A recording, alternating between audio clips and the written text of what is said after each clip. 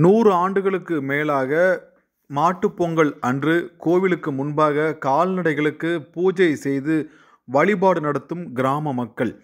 தருமபுரி மாவட்டம் அன்னசாகரம் கிராமத்தில் மாட்டுப்பொங்கலை முன்னிட்டு ஊர் பொதுமக்கள் தங்கள் வீடுகளில் வளர்க்கும் ஆடு, மாடு, எருமை போன்ற கால்நடைகளை ஊர் மையப்பகுதிக்கு அழைத்து வந்து விநாயகர் கோயிலுக்கு முன்பாக நிறுத்தி சிறப்பு பூஜை செய்து கால்நடைகளை சுற்றி பொங்கலோ பொங்கல், பொலியோ பொலி என கூறி 3 முறை கூறி அதனை சுற்றி வருவார்கள்.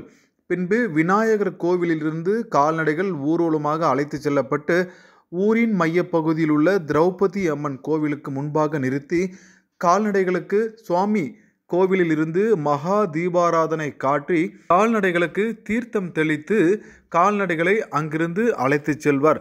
இந்த பாரம்பரிய முறை சுமார் 100 ஆண்டுகளுக்கு மேலாக இம்மக்கள் கடைபிடித்து வருகின்றனர். இவ்வாறு கால்நடைகளுக்கு வழிபாடு செய்வதால் கால்நடைகள் எந்தவித நோய் பாதிப்பும் இன்றி சிறப்பான முறையில் அந்த ஆண்டு முழுவதும் இருக்கும் என்பது இம்மக்களின் நம்பிக்கையாக உள்ளது.